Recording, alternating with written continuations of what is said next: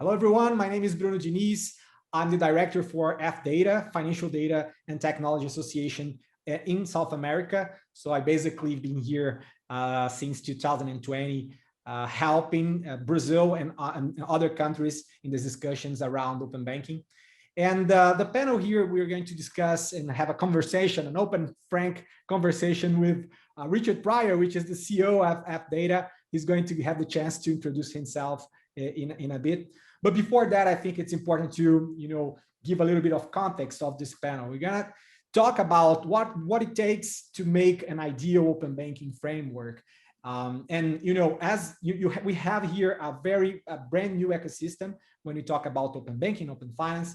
And we have different players in this field. We have the data aggregators, we have the banks, the financial institutions, the consumer, and you also have the players that do the role of make advocacy in this field. So FData is one of the institutions that makes this kind of thing. FData have been doing that since 2014 in Europe and then in different parts of the world. And I think the main idea here is to navigate through these different countries, how we addressed what we saw, and the role of advocacy in this process, and what it takes to make an ideal open banking and open finance framework. So that being said, I'm going to pass on to Richard Pior. So Richard, if you could please introduce yourself, and then we can jump into these different countries and how open finance is taking form in different parts of the world. Sure, pleasure to be here and to be with Open Banking Week. So I'm Richard Pior. I'm the CEO of the Financial Data and Technology Association, or FData Global.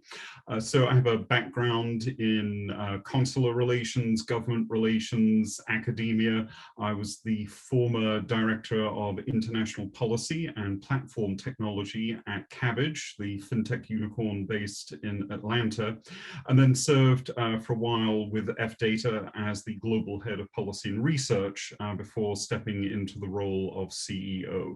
So I've had some really interesting connectivity with both the government relations world and then direct involvement in industry before moving to FData, which, as Bruno has explained, has a major advocacy role in terms of the delivery of open banking and open finance.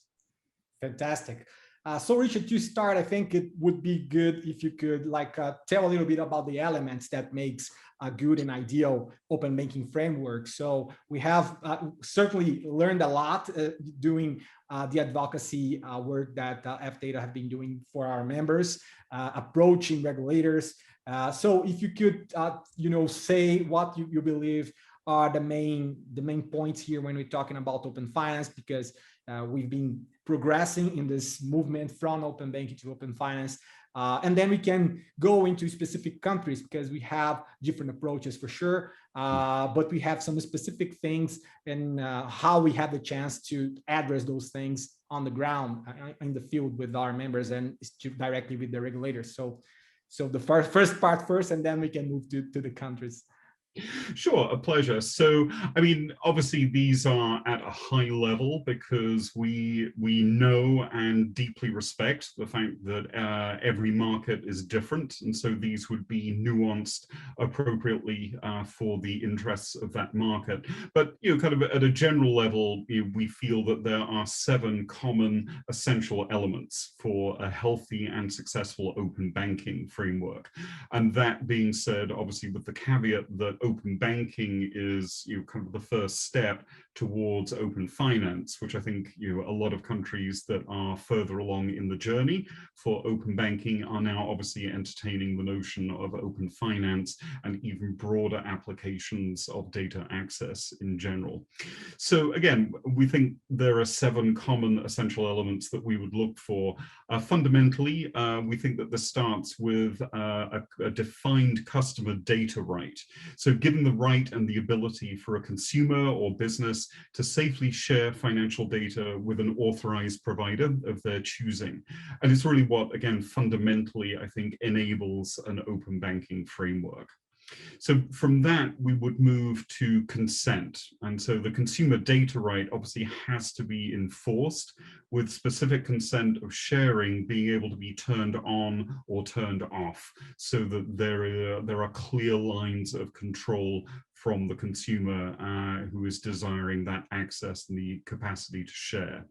I think it's always worth mentioning that there are essentially two elements to the consent element here for the business model. So first of all, a clear definition of what the data is actually needed for, and then secondly, precisely what data is actually needed for the third-party provider to perform the role.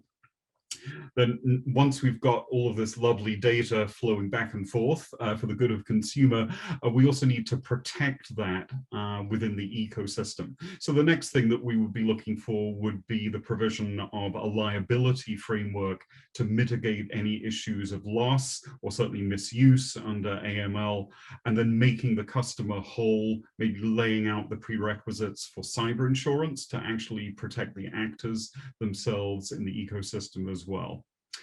Then really you have to have a legal and a regulatory framework or a system that gives force to those first three elements. And so F-data, as you would well know, focuses on objective-based regulation that really asks or makes it clear why you are going to do it in the first place. The belief that all parties should be regulated within that ecosystem.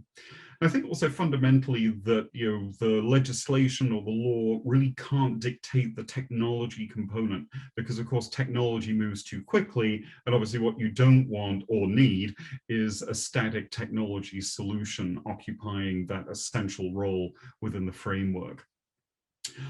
Then alongside the technology applications, we will be looking for high-level technical standards around APIs and obviously a trust framework. And you can't make those decisions before the legislation, otherwise you're going to have to unwind the technology. So these things are also sequential.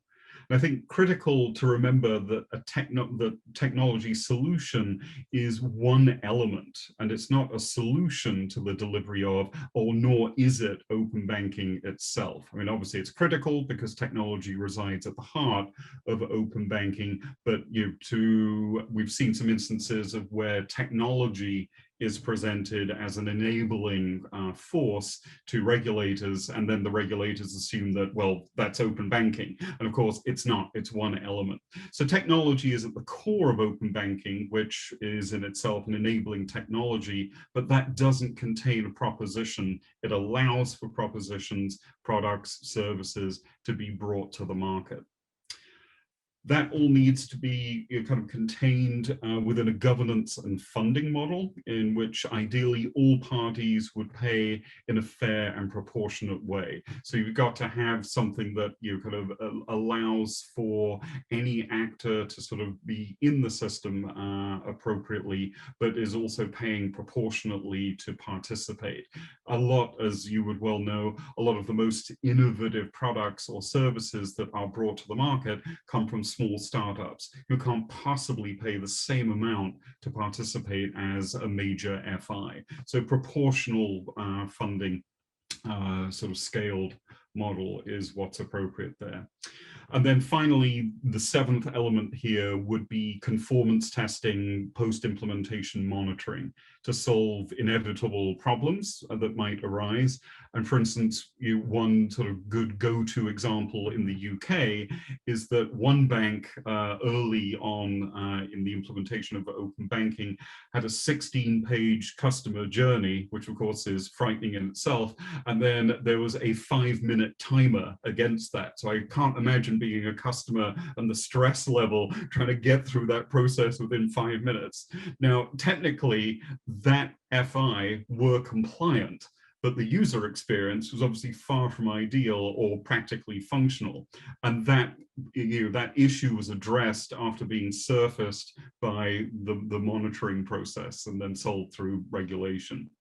And best not to actually report in the testing and the monitoring through any mechanisms of self-reporting, where the FI and the fintechs can obviously have a great divergence of opinion on API connectivity or whether or not it was available or not. So we would look for the best use of a neutral central technology to measure technology, and one that doesn't have a commercial interest in what they find or report. So I think that's a great sort of element for transparency within the market. So just again, to knock off those 7 points as bullet points, we've got a fundamental consumer data right, consent mechanism, liability framework, a legal and regulatory system, high-level technical standards, governance and funding, and then conformance testing and post-implementation monitoring, we think all make for a happy and successful open banking framework. Fantastic, Richard. I think you brought here like a very, very good summary of what is needed to make an ideal framework. And taking from that, I think it's important for us to take a look, because all of those things that you just said here are are part of a learning curve that we had here at F-Data. Is all summarized also in our blueprints. So it's very important to check on that. But I know that in some cases here, when you look at open banking implementation, or even the countries that are trying to implement that, and I think that could be very good for us if we could take a look in the different elements that are lacking perhaps in some countries that are preventing open banking, open finance from happening. So I have some examples here, because when you look, for example, at Canada, when we have Canada now is in a debate regarding also data protection, and there are some things that are kind of stuck in this process. So we have also the examples from Australia, where we had the opportunity there to perhaps make and use the benchmarks when you talk about technical standards that are, that have been used in the UK, and then we had like a point where they tried to make a specific technical standard on that, and then they get back to the FOPI standard. So if you could explore a little bit of looking at countries such as Canada, as I mentioned, also the Australian experience that now is really happening, but there are other countries which open finance is lacking something, and when you make an analysis of that, perhaps is one of the bullet points that you just said here. So can we make like a critical analysis on some countries, just for us to really see where those bullet points fits into the ecosystem of those countries? Sure. Well, firstly, thinking of Australia in particular, I will never be forgiven by our mutual colleague, Jamie Leach, if I don't mention that, of course, she's prepared this wonderful overview of the state of open banking and journey towards, kind of their much broader vision for open finance or open life as part of an Open Banking Week presentation. So for anybody who wants a really terrific, in-depth presentation from our person on the ground in the thick of it, please do hunt that down. But Australia, to take one point, is interesting in terms of the technical standards, because at the beginning, I think there was definitely a desire and an adherence to the FAPI standard, and then for various reasons there appeared to be a momentary deviation from that as a standard that then was, in my view, sort of corrected and went back to that. So I think one of the things that I would definitely want to pull out there is for countries that are a little earlier or at a different stage of the journey, there's an opportunity here to not just create open banking for that region or open banking to kind of flow and work within the country, but there's an opportunity to actually align on kind of more of an international or global level if you have the same standard. Otherwise, what you've done is created open banking, but within borders. And what we're really trying to do is fulfill kind of open banking or open finance, the open part of that really applies to the open nature of the market and the ability to not just operate within a specific region, but ideally kind of across the globe. And when you think of companies that actually have a multinational footprint, that means that it dramatically reduces the friction and engineering costs if they can essentially build to one common standard. So in my mind, that would sort of be the utopia here, because that's best for the consumer, it's best for businesses that are operating in a global market, and it's an opportunity to not make a mistake by stepping away from a worthwhile appraisal of what other countries are doing. And I think there's got to be some sensitivity here, because I think some countries feel that, they shouldn't necessarily have to follow the pathway that another country that's more mature in the journey has adopted. They can sort of do their own thing and make, Australian open banking Australian, or Indian open banking Indian. But it shouldn't be done at the expense of missing that sort of interoperable or interconnective element of what we're trying to create. It's about the foundations, right, Richard? Because it's just like the example that Gavin Littlejohn, which is our chairman, always likes to give. Is just like the plug in the socket. So when we talk about that and looking long term, because we're trying here to build something that now is local, but once you have like a common standard and it's globally used, I think everyone benefits from that. And also because we have different experiences that are all brought back to, in this case, OpenID Foundation that created the FOPI standards, and it makes it more resilient. It improves it. So it's very important. That's a perfect point here, and I believe that serves as a guide for other countries that may be interested in trying to implement open banking or open finance locally. So perfect, and you nailed that. I think it's very, very good point. And moving now to other countries, because in this case for Canada, it's just like addressing this technical standards and try to be aligned with the with the best practice that we see globally. What about Canada? Because there are also other elements that are preventing open banking from really happening there. If you could give a brief view on that, because Steve Bones, my colleague from North America, for sure he addressed that in one of the panels, because he's also an Open Banking Week. But it's good to connecting that to the summary that we just spoke about. Yeah, absolutely. So yeah, I mean, as you are doing certainly in Brazil and also kind of within the region, I mean, Steve and his team in North America have done an extraordinary job in advancing the interests in the delivery of open banking or an open banking framework, and much to the benefit of customers, consumers, be they individual citizens or certainly banks. Sorry, not banks, certainly small businesses and banks. I mean, banks would obviously benefit if they have the vision to kind of see the benefits here. So yeah, for Canada, I mean, various sort of obstacles to sort of weigh and overcome, but certainly one of the things that springs to my mind is solving the component for digital identity within the trust framework. And so some of the push and pull there is, should there be a federated digital ID system that sort of plugs into kind of the planned sort of consumer or customer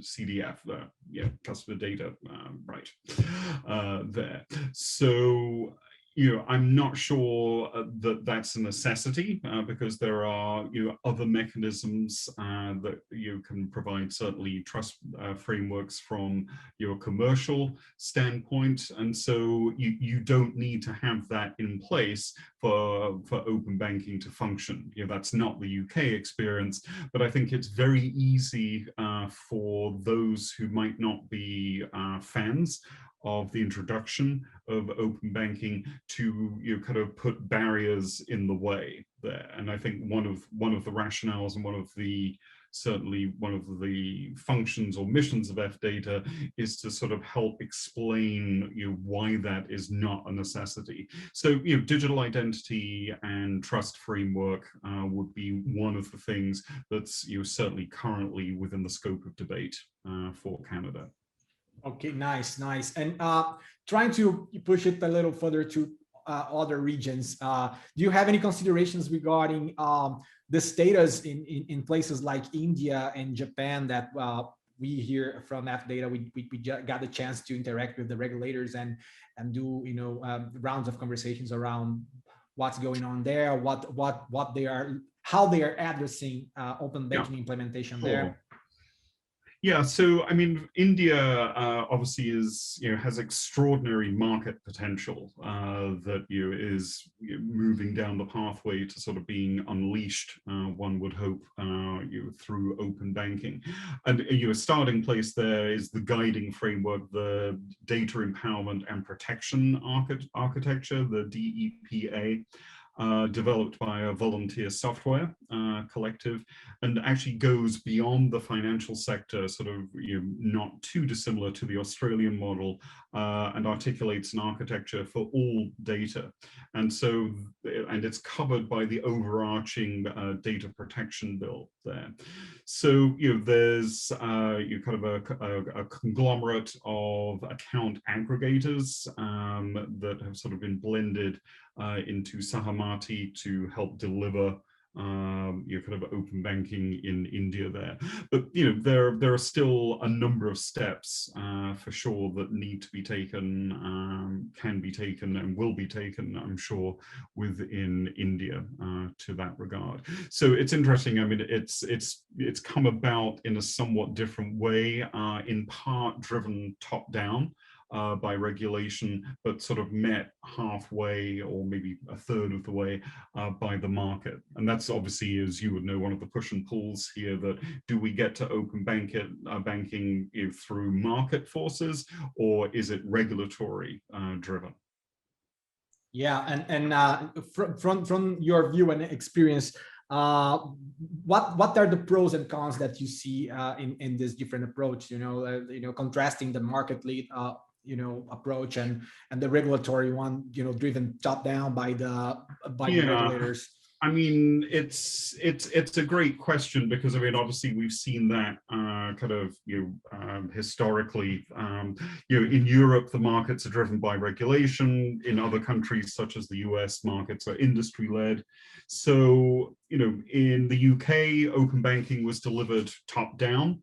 In other words, the largest banks, or the so-called CMA9, were compelled to share their data to be part of the framework and share in the cost of delivery. And obviously this caused inevitable friction on a spectrum of anything from the incumbent FI not wishing to yield to competitive advantage, to more willing participants who actually had the vision scrambling to re-engineer legacy systems or recognize or bear the cost of the burden of integrating more agile technology.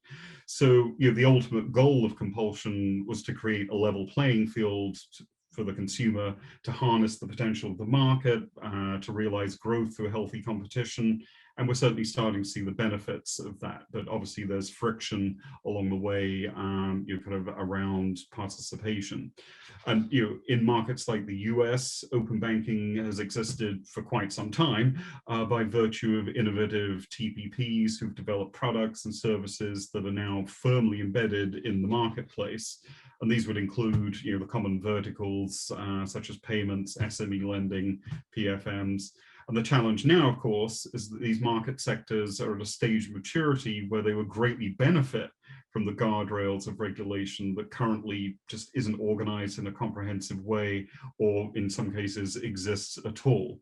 So now we're starting to see, obviously, some ownership within the alphabet soup of federal regulators being taken. The CFPB signaled proposed rulemaking on the key section of Dodd-Frank 1033, and back to our first bullet point, that of course is at the heart of the journey for open banking. This is predicated around the consumer data right.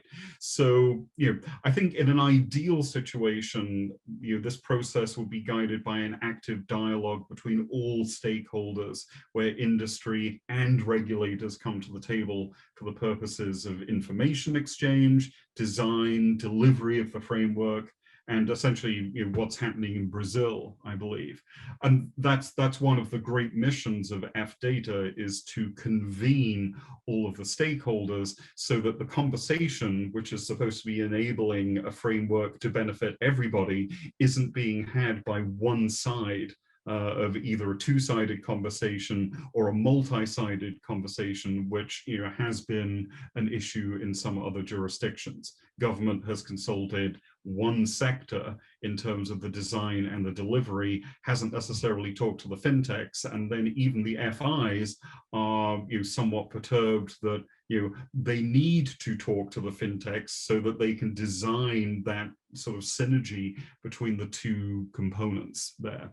So I think there are pros and cons between market-driven forces and regulatory delivery, but again, as with many things in life, I think it's about a via media or middle pathway where you engage and convene stakeholder conversation to reach the ideal sort of delivery point and design. Fantastic. And I'm taking the opportunity also to talk a little bit about Brazil, because here in Brazil, we are pretty much following the UK experience. There's a little bit of also what the Australians brought to the table. But I think the main purpose in this case for the central banking is trying to make a level playing field among the different players that are in the space. So to also improve competition. So when you look at the main objectives, they're pretty much aligned with what we saw in other jurisdictions, such as UK, for example. And here in Brazil, we are in the process of making that. For you guys that might not be aware, we are going to have 4 different phases here. One phase is already concluded, went live. We have the second one, which is basically about consent and data sharing. The third one about payments initiation, and then the fourth one, which is going to be an expanded scope, but basically bringing products like FX, like investments, all of that into that. So it's going to be at the starting point of our open finance experience. It's a short time frame to do all of that. The process started. In fact, the regulation went live on May last year. We got a little bit more than 1 year of regulation here, but the process is going to go up until mid-December, according to the original roadmap, to the revised roadmap, because we had the original one, and now we made the revision of that, just one in the beginning of the year, and then it was going to be on mid-December. But I think all the different experience that we had here, the central bank is taking into consideration. I think it's very important, just like it was made in the UK and other parts, to bring everyone to the table. So we have multiple trade associations that are doing the advocacy work as well on behalf of their own different group that they are representing. And we are seeing that as a very interesting way to make the dialogue happens. And also looking at Brazil, just right after we had the open banking announcement, we also have the open insurance announcement, because we have a different regulator here for insurance. We have 3 here regulators in Brazil. In fact, the central bank, the insurance regulator called SUSEP, and CVM, which is the Brazilian SEC with the capital markets and investments. And so it's being rolled out to have a true open finance framework here in Brazil. It's very exciting. I think what we're doing here is a very ambitious plan, because it goes beyond what we saw already in the most advanced open banking experiences. And I think the regulatory approach and the top-down approach is necessary it's here in the country, because we have disproportionate forces here when we compare the big financial institutions that got, a big chunk of the market, something like 80%. And then we have all the other challengers and other players, in this space that need to have a common ground in terms of how to operate in this field. So bringing everyone in the table and try to listen to the different voices and create that based on international standards, as we just spoke here, is crucial, and that's the way that Brazil is moving. And looking at Latin America, we also have other countries. You have Mexico that is also taking some steps towards open finance. We have also Chile that's on early conversations, Colombia also on early conversations. But I strongly believe that once Brazil finishes the process here, we can be for sure, a country that's going to help and aid other countries in this process. Despite the difference that we saw in terms of regulatory frameworks, and we're gonna have some common ground and things that we can definitely help on this process, as FData as well, and and the central bank can also go and help somehow in this process. So Richard, we are approaching the end of our panel here. I would like to hear from you your final considerations on that, and then we can wrap up. For sure. So yeah, I will just echo some of what you said to the extent that FData has certainly always been very excited about Brazil's, and you used the word ambitious, and I was going to use exactly that word. It's ambitious. It's exciting. I mean, it is very customer centric, just in the way, for instance, Canada has consumer or customer directed finance. It's for the benefit of the customer there. And I think you're right that Brazil will have this very sort of powerful magnetic force and draw other countries to certainly closely examine the model that Brazil has adopted. And I think the pace of delivery here for Brazil, it's interesting that you can clearly see that here's another iteration of open banking. If we think of it starting in Europe with PSD2, open banking in the UK resides in the regulatory and legal framework of PSD2, but took it steps further. Australia. So each time it rolls out, it's got sort of more ambition, but it's also got kind of a proven set of examples to look at. Mistakes not to make, such as deviation from an international standard, consumer sort of journey guidelines, all of that good stuff is already out there. Nobody has to make the same mistakes that other countries have explored and decided to rectify. So Brazil is on a wonderful trajectory, and I'm so glad that FData and you as FData's representative on the ground are there to help guide and deliver that process. Fantastic. And as we always said here at FData, that we don't need to reinvent the wheel here, because there are so many things that are already established in this space. For sure, everything can upgrade, but we have some basic foundations that can shortcut the process. It's been a long process in the UK, but was one of the first countries to really make this deep dive on that. And now we have some templates, so it's basically very good and very powerful for all those countries that are trying to go into this interesting adventure of open data as a whole. So that's the stuff. Richard, I would like to thank you a lot for taking the time to be here, and I would like to thank you who's watching here and enjoying the event. So please stay tuned and enjoy the rest of the open banking week. See you. Bye-bye. Bye.